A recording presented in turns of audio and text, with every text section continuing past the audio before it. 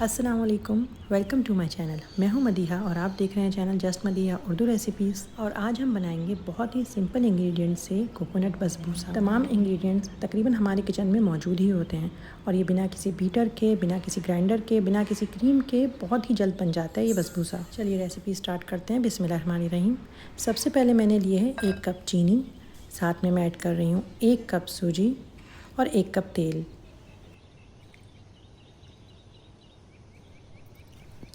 अब मैं इसमें ऐड करूँगी 1 कप दही। दही मैं डब्बे वाली यूज़ कर रही हूँ, आप खुली भी कर सकते हैं। मैं डब्बे वाली इसलिए कर रही हूँ कि अक्सर खुली दही खट्टी आ जाती है, तो इसलिए बेहतर है कि मैं डब्बे वाली दही ऐड कर दूँ इसमें। अब मैं ऐड कर रही हूँ 1 अंडा और साथ ही मैं इसमें वनीला पाउडर ऐड कर रही हूँ 1 चाय का चमचा। अगर आपके पास वनीला का पाउडर नहीं है तो आप एसेंस यूज़ कर सकते हैं। अब मैं इसको मिक्स करूँगी, बहुत ज़्यादा मिक्स करने की ज़रूरत नहीं है।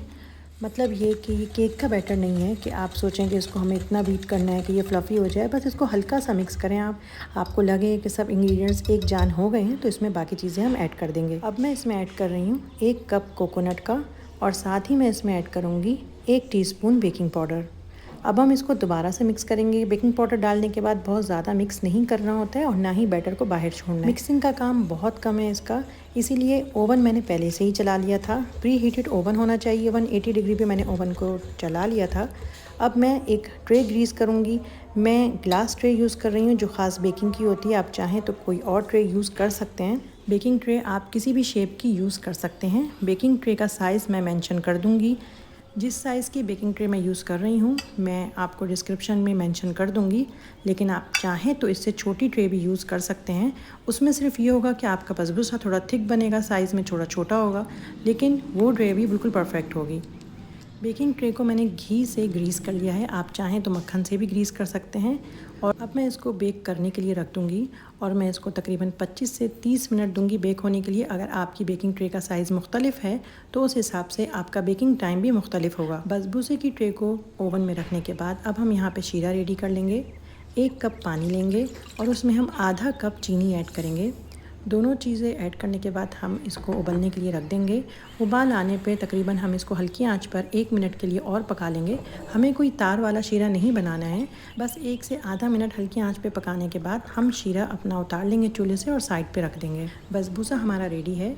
25 से 30 मिनट लगे ओवन में बसबूसे को और उसके बाद मैंने ऊपर से ग्रिल ऑन करके इसको गोल्डन कर लिया। गरम गरम बसबूसे को हम ओवन से निकालते ही उसके ऊपर शीरा ऐड कर देंगे। अच्छे से शीरा पूरे बसबूसे पे फैला देंगे और बसबूसे पे शीरा ऐड होने के बाद आपका बसबूसा थोड़ा सा फूल जाएगा।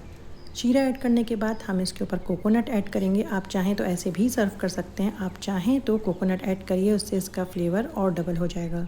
मेरा बसबूसा साइड से थोड़ा डार्क हुआ है और उसकी वजह यह है क्योंकि मैंने ग्लास ट्रे यूज़ करी है।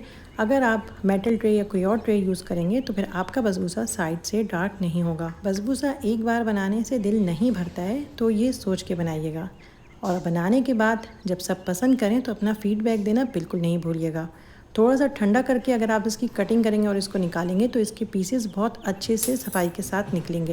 लेकिन अगर आप मेरी तरह जल्दबाजी करेंगे तो ये ज़्यादा सॉफ्ट है, इसलिए आपके पीसेस की शेप थोड़ी ख़राब हो सकती है। आप चाहें तो बसबूसे पे पिस्ते ऐड करें और अपने बसबूसे को एंजॉय करिए। गरम गरम बसबूसा बहुत मज़े का लगता है। मिडल ईस्ट की फेमस स्वीट डिश है ये और बहुत मज़े की होती है और बहुत इजी भी होती है। रेसिपी को ट्राई करिएगा, अपना फ़ीडबैक ज़रूर दिएगा, दुआओं में याद रखिएगा।